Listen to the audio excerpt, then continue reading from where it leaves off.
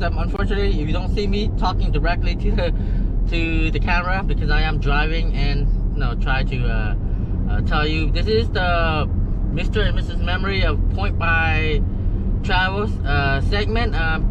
My viewer been asking me or asking us how we were able to travel at little no cost. If you got interested about that, please click on the link below.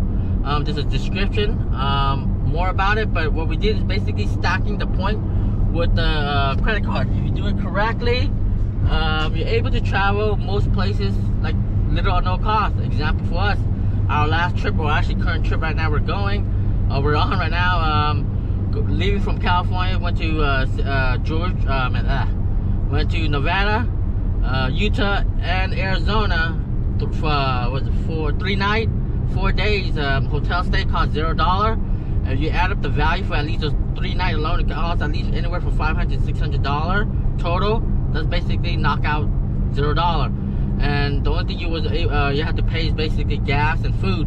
But because of certain credit card you do have called Pay Yourself Back, and depend on what type of, here's the example, Chase Sapphire is the main prime example. If you have that card, there's a 25% or 50%, depending on the card you have, for the Sapphire, Pay Yourself Back. So if you don't even want to waste money on this whole trip, it's technically free, $0. Because if you pay $50 on gas, you use your point, you basically pay yourself back, plus the Chase Sapphire give you that extra, what you call a booster with either 25% or a 50%. If you have the Chase Sapphire Reserve, you also got the $300 credit. So you can use a $300 credit and pay yourself back, and this entire trip is free. But if you don't want to travel local and you want to like save your point and all that, you actually could fly, for example, like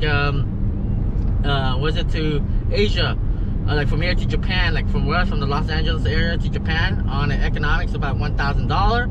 But you can fly the same flight on business class less than $300. You just pay taxes free. You just convert your point into the correct partner, convert the point to mile, or mile to, basically transfer partner, that's what it is. And you're able to fly to Japan for $300 on business class, which normally costs about $4,000 or $5,000. And if you want to go Europe, the tax is a little bit more expensive. Like from here to France, it might cost us like $700 or $800. But for depend again on what day, peak and off-peak flight, you can fly to Europe for, let's see, from here to France. An example, from here to France costs maybe $1,200 on economic. You can do the same flight on business class.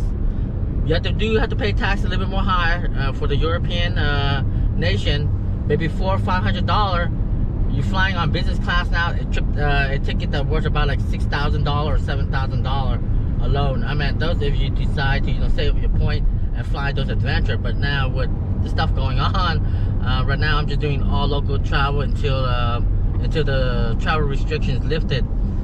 If you do find this part interested in the segment of Mr. and Mrs. Memory, please comment below, or you have any question, concern on which credit cards you should apply for, or what credit card you should do, or any type of inquiry, feel free to drop a comment below, message me. I will try to respond as soon as possible when I have time.